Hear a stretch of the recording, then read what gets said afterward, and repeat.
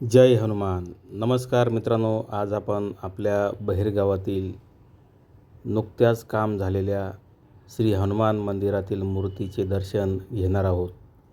हनुमान जयंतीनिमित्त आज आपण या मंदिराचं काम कसं झालेलं आहे आणि मूर्ती कशी आहे ते बघू.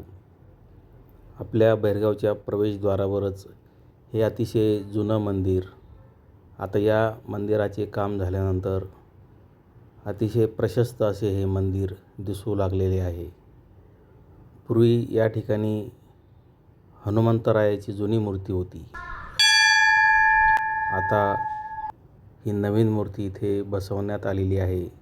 बरेच जण बाहेरगावी राहतात, त्यांना आपल्या बहिरगावातील श्री हनुमानाची नवीन मूर्ती कशी आहे ते माहीत नव्हते.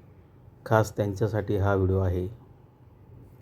तर आज श्री हनुमान जयंतीनिमित्त बहिरगावात दर्शन घेण्याचा योग आला आणि ही सुंदर हनुमानाची मूर्ती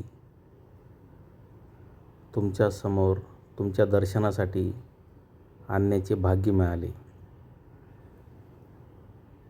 अतिशय सुंदर मूर्ती आहे. आजूबाजूचा परिसर,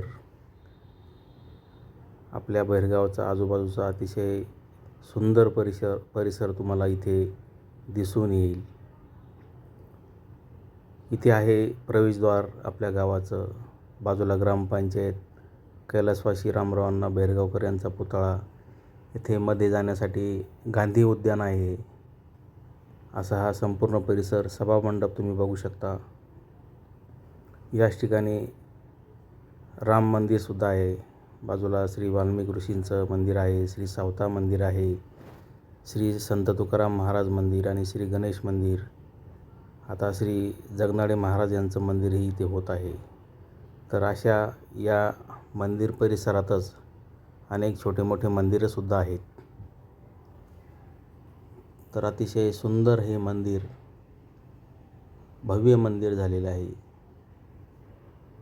विशेष करून ग्रामस्थांनी लोकवर्गणीतून या मंदिराचे काम केलेले आहे.